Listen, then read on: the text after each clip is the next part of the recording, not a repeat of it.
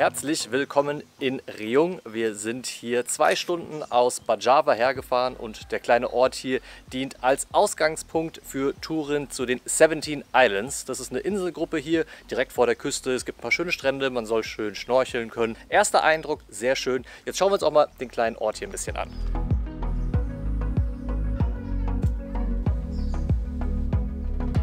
Und es ist ganz interessant hier, weil während der überwiegende Teil von Flores ja christlich ist, ist hier das Dorf eher muslimisch geprägt, sage ich mal. Also die meisten Frauen, die wir gesehen haben, haben Kopftücher an. Hier gibt es auch eine Moschee, ganz in der Nähe von unserer Unterkunft. Die hören wir bestimmt morgen früh. Und Indonesien ist insgesamt auch ein Land, wo ein Großteil der Bevölkerung muslimisch ist. Flores ist da eher die Ausnahme. Aber die Leute hier sind super freundlich. Die ganzen Kinder winken, sagen Hallo. Man kann ein paar Brocken Bahasa mit denen sprechen. Freuen sich auf jeden Fall. Da spielen ein paar Kiddies Volleyball. Ich würde mich ja dazu gesellen, aber es ist echt brutal heiß. Also ich freue mich sehr, ich habe richtig doll Hunger. Oh, da kommt noch mehr. Kassi. Okay. Tofu mit Tomatensauce. Ja, Horst hat natürlich 2 Sachen bestellt.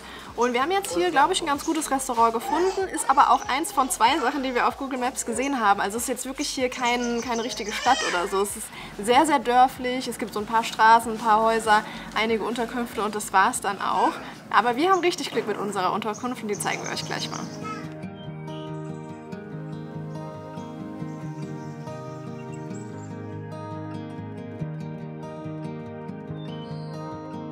Welcome to our little paradise. Hier unsere Unterkunft, die Nuna Bungalows.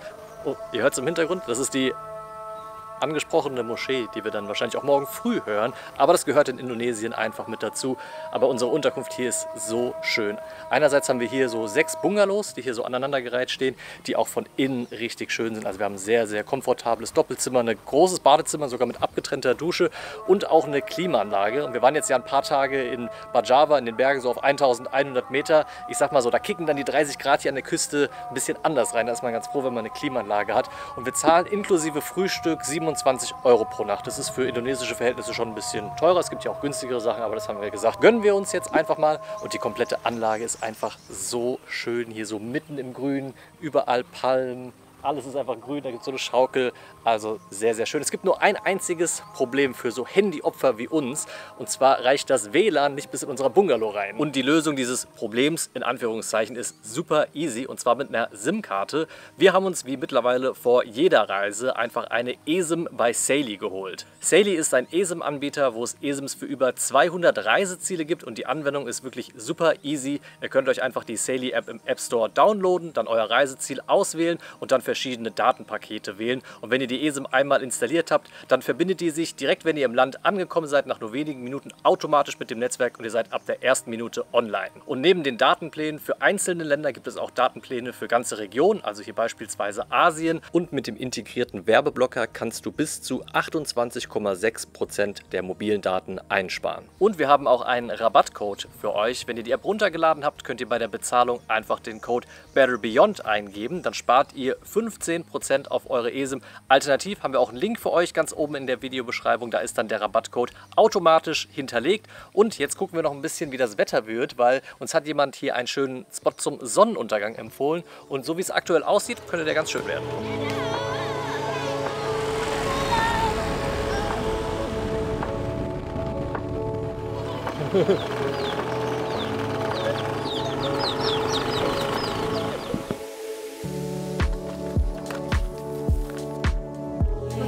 Horst hält jetzt erstmal als Fotomotiv her.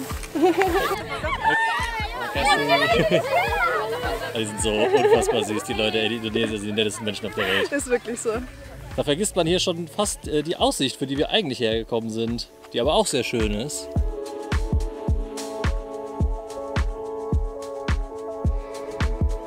Also der Viewpoint ist echt mega schön und ich glaube, man sieht auch schon einige der 17 Islands da im Hintergrund. Da sind so ein paar kleine Inseln mit Strand und so weiter. Also ich freue mich sehr auf die Tour. Drückt die Daumen, dass das Wetter gut wird. Morgen oder übermorgen geht's los. Yes. Slowly. Mittagessen. Kommen auf unserem Boot für Ja, heute. genau, unser Zuhause für den Tag. Und wir machen heute eine private Tour. Gebucht haben wir es direkt bei unserer Unterkunft, zahlen, ich glaube umgerechnet 95 € zusammen, was schon eher teuer ist, aber wir haben gedacht, hier machen wir zu zweit, ist ein bisschen entspannter, sonst kann man auch zum Hafen gehen und da auch ein bisschen verhandeln und so weiter. Wir haben jetzt den erstgenannten Preis mal angenommen und freuen uns jetzt. Wir haben gestern das schlechte Wetter ausgesessen, da hat es nämlich geregnet und heute strahlender Sonnenschein, also kann es eigentlich nur gut werden.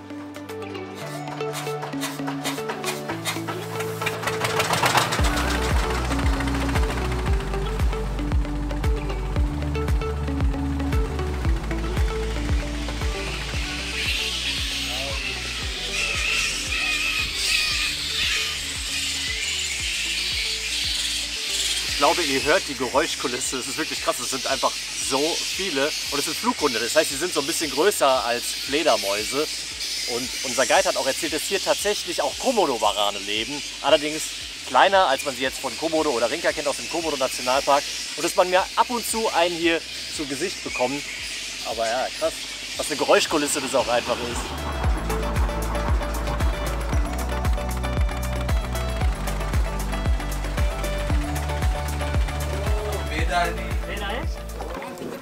That's the spot. Also das Wasser ist auf jeden Fall klar und man sieht, dass hier Korallen drunter sind. Also es wird bestimmt schön.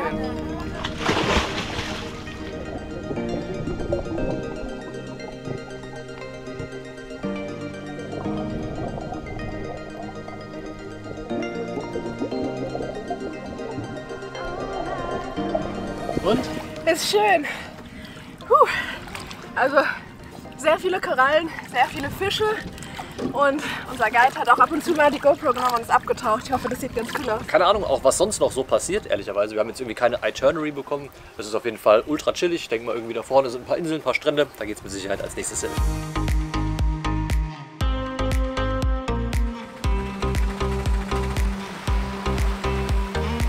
Okay, wir haben angelegt an einer kleinen Insel. Ich glaube, wir können jetzt hier einfach ein bisschen chillen, uns ein bisschen erkunden und dann gibt es später hier auch Mittagessen. Aber das wollen wir euch auch nicht vorenthalten. Schönes Wasser, schöner Strand, aber auch ein bisschen Müll, der hier angespült wurde. Da verpassen wir als Vegetarier natürlich was, ne? Hier den frischen Fisch. Ich glaube, frischer geht's kaum. Der wurde wahrscheinlich gerade hier irgendwo gefangen. Unser Guide war richtig enttäuscht, als wir gesagt haben, er isst kein Fisch. Wirklich nicht. Ja. Aber ja, ich glaube, es gibt auch eine gute vegetarische Variante. Sagte er, während das Hähnchen draufgelegt wurde. Ein bisschen Ayam darf in Indonesien nie fehlen. Ayam. Ayam bakar, Ayam bakar. ayam goreng. And the fish? The fish, tuna, baby tuna. Tuna? Baby tuna. Tofu. Tofu nice. tempeh. Nice. Some foods. Oh wow. Wow, it's so much. It looks very good. Das sieht doch nach einer guten Alternative zu Fisch aus. Auf jeden Fall, ja, das lassen wir uns jetzt schmecken.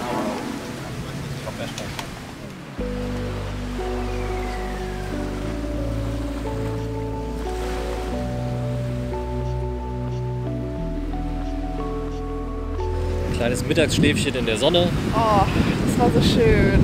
Aber jetzt geht's zurück aufs Boot. Der Ja. letzte Stopp wartet auf uns. Genau. Ich glaube, unschwer zu erkennen, wir gehen jetzt nochmal schnorcheln, also zumindest Lali und ich. Und wir schnorcheln dann auch zum Strand und Horst kommt mit dem Boot nach. Viel Spaß. Okay.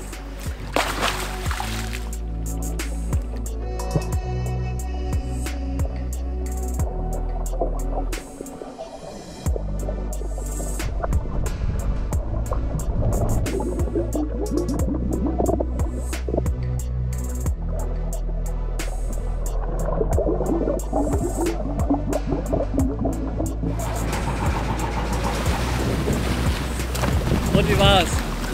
Ja? Wie war Lionfish? Lionfish? Lionfish? Ja. It looks very cool. So, dann machen wir jetzt auch noch mal eine Aktivität an Land, die Horst dann auch involviert. Und zwar darf man einmal da hochhiken. Ja, ihr seht es, hier oben ist so ein kleines Häuschen und man kann hochwandern. Da fühle ich mich auf dem Land ein bisschen wohler. Okay, let's do it. Gut, dass ich meine Alphamat-Schlappen wieder dabei habe. Die haben mich ja schon einige Berge in Indonesien hochgebracht. Verlässlich, sind sehr bequem.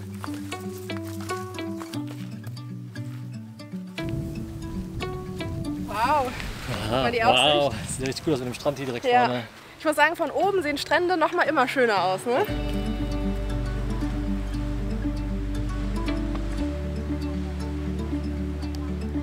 Und mit dieser schönen Aussicht endet auch unsere Tour. Wir fahren jetzt zurück nach Rayong, sind dann glaube ich so gegen 16 Uhr zurück. Wie hat es dir gefallen? Es war ein richtig schöner Tag. Es war auch sehr entspannt. Wir hatten ja nur 4 Spots, hatten viel Zeit an den einzelnen Orten. Man hat sich nie gerusht gefühlt, das mag ich sehr. Und es war auch auf keinen Fall überlaufen. Also Rayong ist alles andere als voll. Ja, das ist auch cool, den Ort so ein bisschen kennenzulernen, dann zu dem Viewpoint zu gehen, ein bisschen durch die Straßen zu laufen und so weiter. Und ich glaube, heute ist sogar ein bisschen mehr los als sonst, weil erstens ist Sonntag, da reisen noch viele Indonesier, und zweitens ist gestern eine sehr große Reisegruppe in Rayong angekommen. Ist auch sehr untypisch für Flores, deswegen sind heute ein paar mehr Boote unterwegs und trotzdem ist es super entspannt und chillig und weit entfernt davon, überlaufen zu sein. Ja, und wir hatten natürlich mega Glück mit dem Wetter, wir hatten mega Glück mit unserem Guide, es war richtig cool. Und wenn ihr es ein bisschen günstiger haben wollt, dann könnt ihr euch ein Boot auch teilen. Wir hatten jetzt eine private Tour, haben 1,8 Millionen Rupien gezahlt, aber das ist der Preis für das Boot. Wenn ihr zum Beispiel zu 4 seid, dann zahlt ihr halt nur die Hälfte. Ja, wobei wir sagen müssen, ich glaube, wir wären noch begeisterter, wenn wir nicht vorher auf der Pulau Mules gewesen wären. Das haben wir vor einer Woche gemacht an der Südküste von Flores. Das war so krass gewesen, das hat uns so gut gefallen. Wenn ihr euch entscheiden müsstet, würden wir sagen, Pulau Mules war sogar ein bisschen cooler. Wenn ihr die Zeit habt, macht auf jeden Fall beides. Rayong ist so der üblichere Stopp. Pulau Mules ist wirklich abseits jeglicher Touristenrouten, aber beides hat uns sehr gut gefallen. Und wenn ihr mehr Videos sehen wollt über Indonesien oder Flores, dann abonniert noch den Kanal. Und zum Abschluss würde uns ein Daumen nach oben noch freuen. Und dann sehen wir uns nächste Woche beim Kelimutu-Vulkan in Moni und am Koka Beach. Macht's gut, bis dann. Ciao, ciao. Bis dann.